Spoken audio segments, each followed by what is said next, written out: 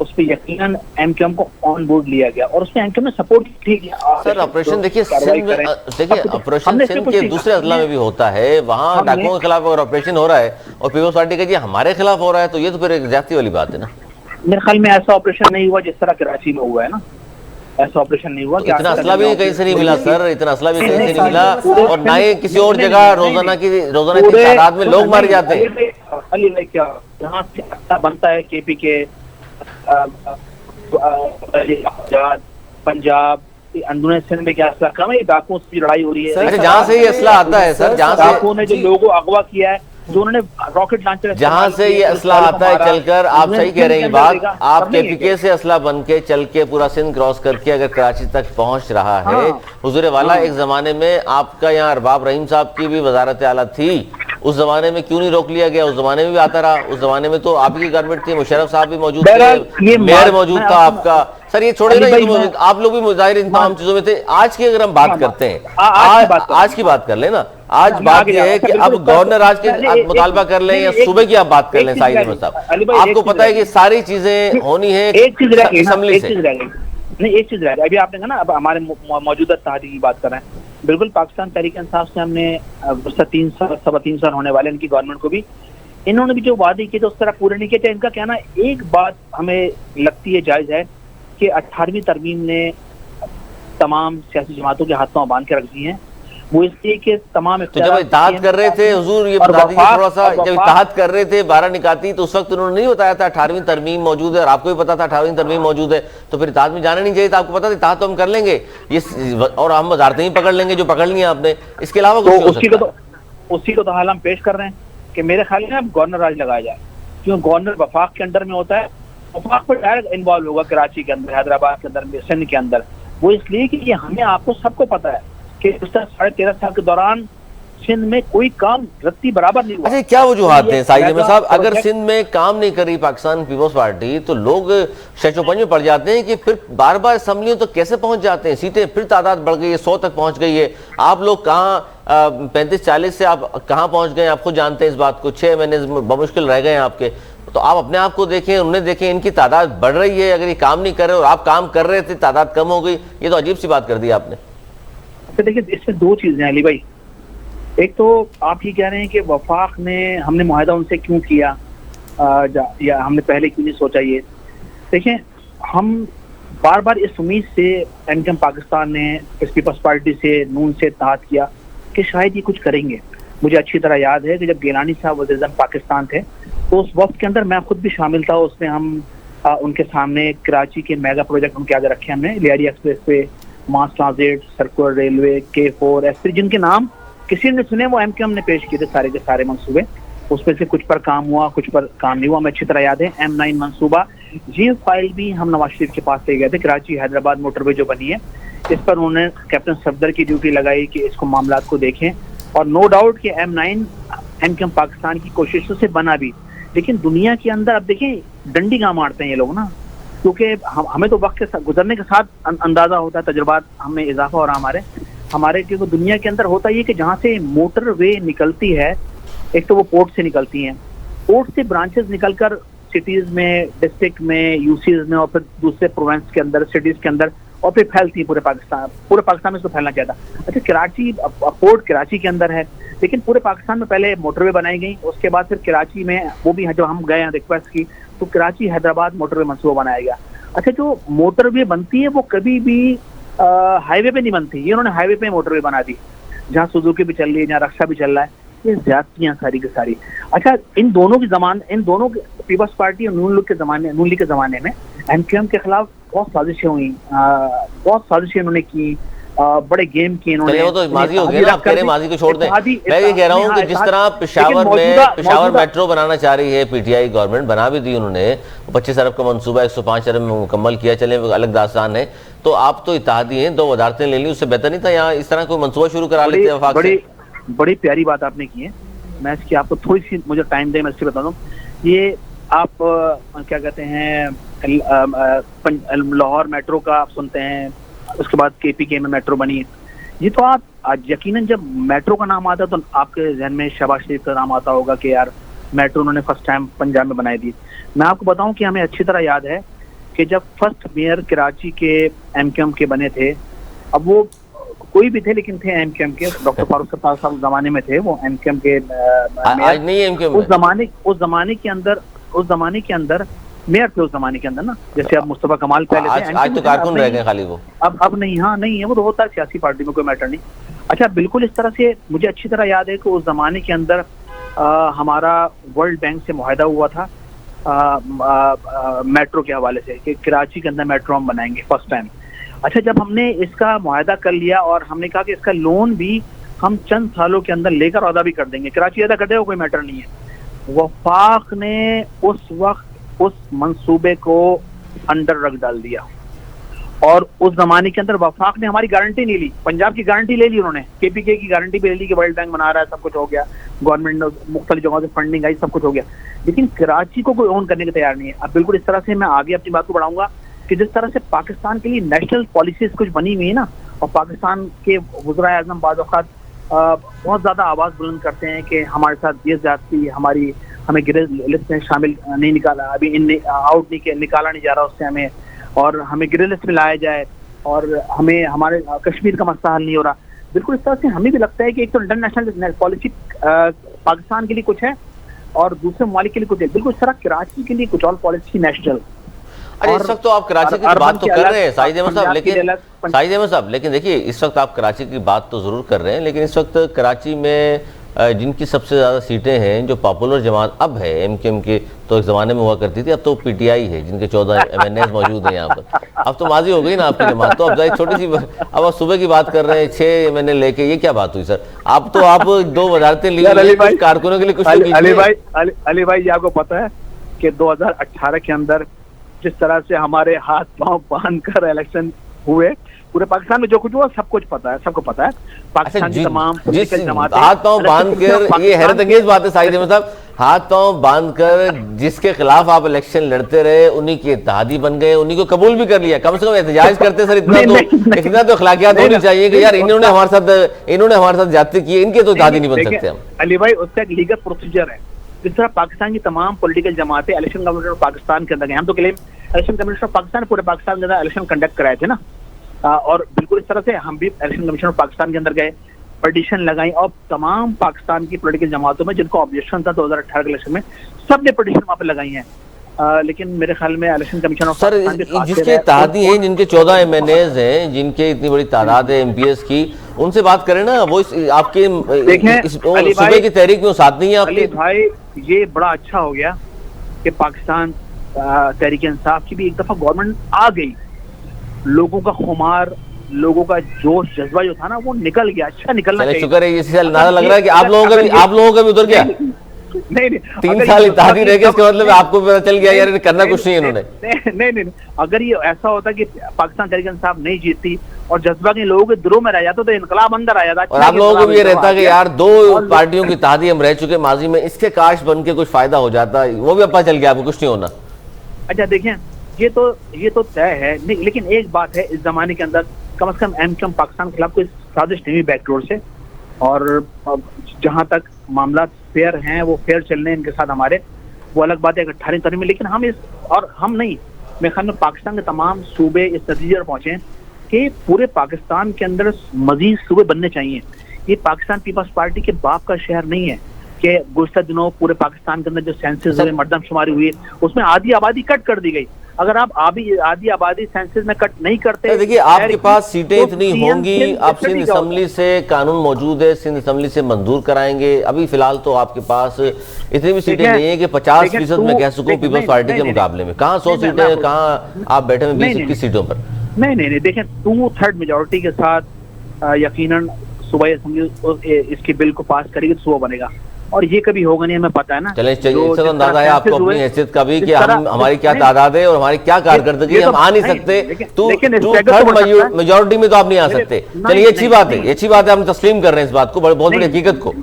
وہ اس لیے تسلیم کر رہے ہیں کہ جس طرح سے پاکستان کے اندر الیکشن ہوتے آنے گزشتہ ادوار کے اندر جس طرح سے الیکشن ہوئے ہیں, سب پر تو کوشچن مارک ہے نا.